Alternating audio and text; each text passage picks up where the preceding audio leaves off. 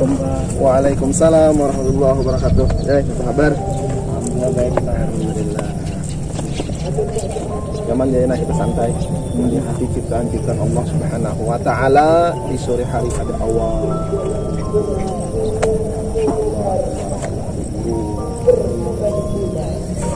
Pasti aja lah. Alhamdulillah sehat terus Pak. Pian mau ya Pak? Alhamdulillah sehat lahir batin. Kakak mana mana? Ini nah. Assalamualaikum. Waalaikumsalam warahmatullahi wabarakatuh. Ini apa kabar? Baik. Teman-teman udah baik lah. Pak, Masalah salah satu hadis Rasulullah. oke. Ini ada firman mendengar hadis ya surga tuh di bawah telapak kaki ibu. Nah, jadi kenapa ada di bawah telapak kaki ayah Pak? Hadis al-jannatu tahta aqdamil ummahat.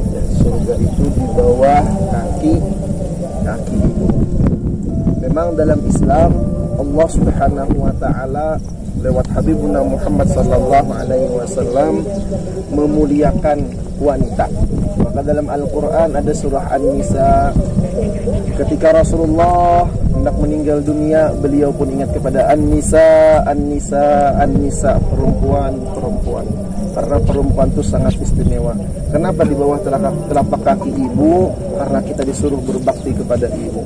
Ketika ada seorang sahabat yang datang kepada Rasulullah sallallahu alaihi wasallam, "Man ahaqqu bi suhbati ya Rasul?"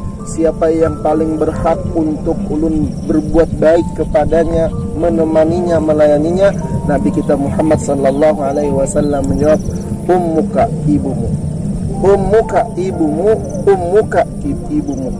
3 kali Nabi kita Muhammad sallallahu alaihi wasallam. Yang pertama ibumu, kemudian lagi menjawab, "Siapa lagi ya Rasul?" "Ibumu." "Siapa lagi ya Rasul?" "Ibumu." 3 kali. Summa abu, kemudian ayahmu. Kenapa ibu disebutkan 3? Karena ibu yang mengandung. Abah dia bisa kebejanan. Kebejanan aja. Bila ada lelakian yang hamil bawa ke negara, ya kelak apakah amalannya?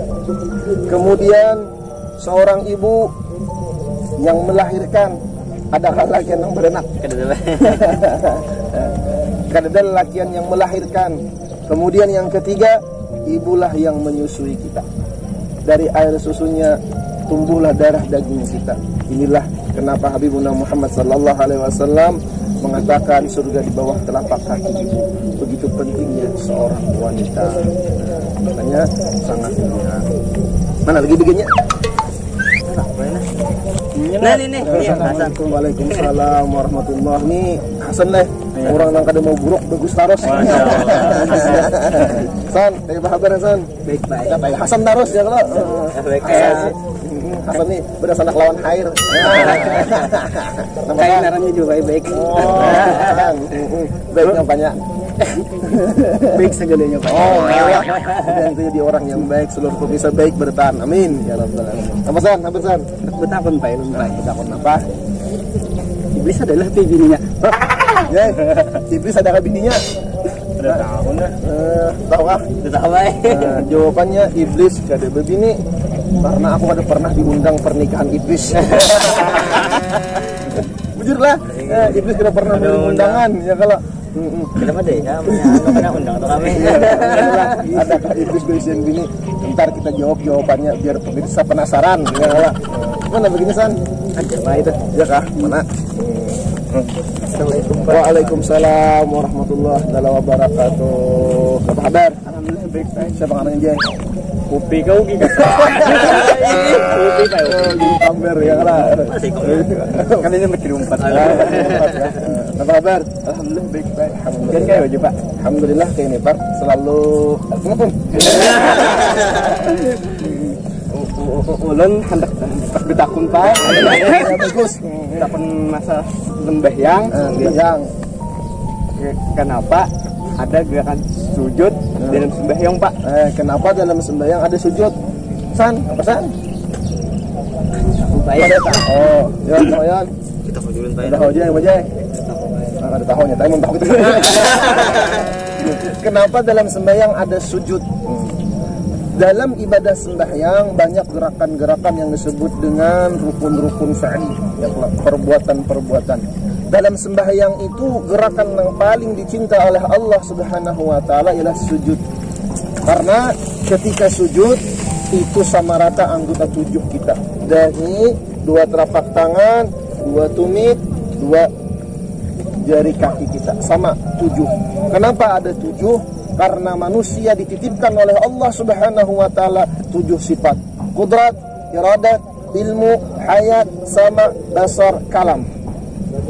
Dari kedua kaki, kedua tangan kita bisa bergerak, kita bisa berkehendak. Kemudian dari otak nih, dahi, di sini di kepala ada otak, di situ ada sujud. Di anggota sujud itu sama rata. Anggota tubuh kita yang paling tinggi dengan yang paling rendah itu sama rata di hadapan Allah Subhanahu wa taala. Makanya salah satu doa mustajab ketika kita berdoa di waktu sujud, dibanyaki sujud. Dan kita diharamkan sujud selain kepada Allah Subhanahu wa taala. Di sujud itu menkawas secara akhir itu lawas-lawas. Banyak berdoa secara akhir itu dalam hati mesti bahasa Indonesia. Bila bahasa Indonesia tak keluar itu enggak salah sembahyang. Ada kisah kamu. Beginian sujud kamu. Lawas bersujud kamu. Nangis-nangis. Lawas sujud. Oh lawas. Saya takut ni mamanya ngapa nak ikam lawas sujud bertetangah jam. Anu maai ulun kegenangan ayang ulun nang beri pasahapan ini. Nang beri pasahapan. Kempeng bejai. Kempeng bejai. Ini lawas mah ada kabarnya makanya ulun kegenangan tetangis-tangis. Makanya orang akad nikah jujurannya seperangkat alat salat. Nah, dia bila sujud kegenangan kan. Nanti sujud tadi ikhlas. Mana lagi kawanan kita? Ada ya, Pak? Kawan boleh. Mana?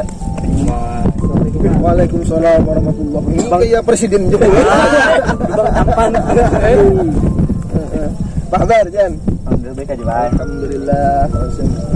Oh, jadi sama ngaran guru ulun, guru kami Bahri yang biasanya luar biasa mengajari ilmu. Masya Allah.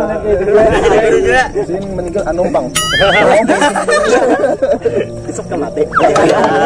Besok ke mati. Mas Zan, kabar Zan? Alhamdulillah baik aja, Pak. Alhamdulillah. Pak, ngar tak komplain nah. Betakun juga, betakun bentar. Kenapa misalnya kita berdoa, Pak? Angkat tangan ke atas kena dinto, Pak. Banyak paling mangat, Pak. Ozen, oh itu balik nah, jawab nah. Apa? Ayo, jawabannya apa? Ada tahu lu nih, nah. Sakit juga kepala jadi gurun saya. Kenapa ketika kita berdoa mengangkat tangannya ke atas, padahal kita menghadap Baitullah? Kenapa berdoa kada dinto? Ya kala. Jujur juga. Ayo, siapa dapat?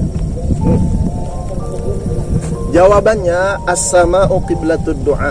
Langit adalah kiblatnya doa. Nah, kalau Baitullah kiblatuna fis shalah, kiblat kita dalam sembahyang. Nah, kenapa ketika kita berdoa mengangkat tangan berarti kita minta lawan yang di atas. Kalau ingat dengan yang di atas berarti kita di atas apa di bawah? Nah, setiap orang yang di bawah berarti menunjukkan hina, menunjukkan seorang hamba. Maka kita di bawah jangan hendak ke atas. Menikam naik ke atas kayak apa? Kayak apa? Ini menangkap lah. Nah, jadi ketika kita berdoa makanya ad-du'a'u mukhul ibadah. Doa itu adalah otaknya ibadah. Ad-du'a'u al-ibadah, doa adalah ibadah. Makanya Allah sangat senang kepada orang yang banyak berdoa, banyak meminta. Kalau kita rancak dipintai, sangat tidak? Ayang ikam, yang minta pulsa. Minta pulang. Karena mesej yang paket habis. Nah, ya Allah, udah kipayah ada umpan. Nih, cari iwak, lumbus terus. Ada bunyi. Kita sangit kalau kebanyakan dipintai. Tapi kalau Allah marah kalau kita kada meminta. Allah senang ketika kita banyak meminta. Makanya banyak berdoa dimanapun tempat. Kita hendak minta lawan Allah, angkat tangan. Ya Allah, sedang jamben aja. Ada boleh haram hukumnya ya telah. Nah jadi banyak berdoa 1, 2, 3, 4 sudah. Mana lagi kekawanan kita? Hah? Adakah? Nah ada. Assalamualaikum. Umur panjang jadi.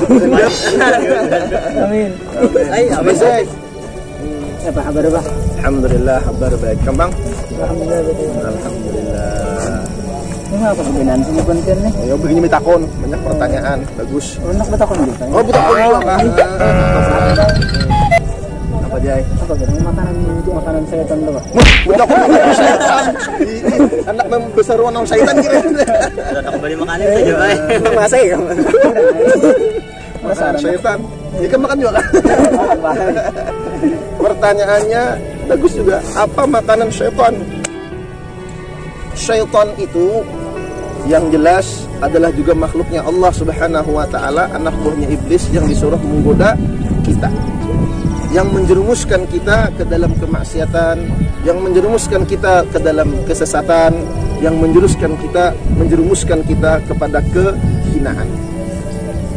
Syaitan bisa makan. Syaitan.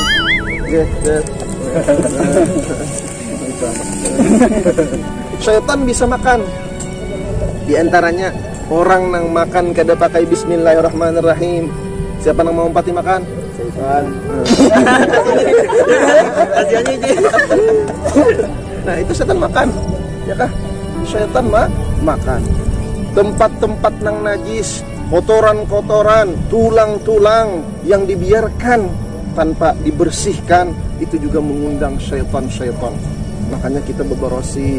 Makanya an-nazafatu minal iman. Kebersihan sebahagian daripada iman. Kuku-kuku nang panjang, apalagi hirang bedaki. Dan di situ iblis syaitan bergantung di situnya. Imam. Nah, kemudian makanya Nabi kita Muhammad sallallahu alaihi wasallam senang berbau wangi-wangian, at-tib, minyak wangian. Kenapa? Karena syaitan kena ketuju. Karena syaitan ketuju dengan yang kotor-kotor. Nah, maka Islam itu sangat indah. Setiap makanan-makanan yang kotor, makanan-makanan yang najis yang dibiarkan, itu bisa dilahap oleh syaitan. Na'udzubillah, summa na'udzubillah. Maka kita selalu ingat kepada Allah dengan banyak-banyak mengucap Bismillahirrahmanirrahim. Orang maulah anak ada bebacaan syaitan. Bisa orang maulah anak. Mau ngerti. Bebacaan ya kalah. Nah, makan bebacaan, masuk ke WC pun bebacaan. Ani kawan? Ada tawa. Ya Rasulullah, ya Allah, ramil. Masya Allah, tabarakallah. Siapa yang depan? Siapa yang depan? Nah. Dari setan kembang. Jangan beredar. Wah, ini jigunya. Oh, apa kabar? Artis? Alhamdulillah baik. Alhamdulillah bagus, Masya Allah, tabarakallah. Nih kami tak kumpulan nih pada tahunan. Sedang di mana tadi Bian? Warung baik. Bagus bang, jujur bang. Tapi nya mau warung syar'i. Berbagi rezeki dengan warung ya kalau. Ya deh. Apa kabar deh? Alhamdulillah baik. Alhamdulillah. Ini anak baik. Bilang kita mau nonton juga pak. Iya silahkan. Bang, gimana? Nah, kita Yang tadi mau ngomong baik. Karena acil warung. Kayak ini pak enak. Nggih. Karena bapak bila kita bakantot, betul wudu pak. Hari besok muha, tangan, tambot, telinga, betes. Kenapa ada bukit pak? Panjang juga pikiran. Jujur juga. Nah, jawaban itu mudah. Ada jawaban secara akal, ada jawaban secara ilmiah. Jawaban secara akal. Pian sakit kepala, sakit gigi, awak panas sampai suntik di mana? Sakit kepala, sakit gigi, awak panas bila disuntik di mana? Disuntik di mana? Enggak bisa bersuntik. Dokter cak nyuntik di mana aja? Amun gak ada di lengan baik di pantat baik.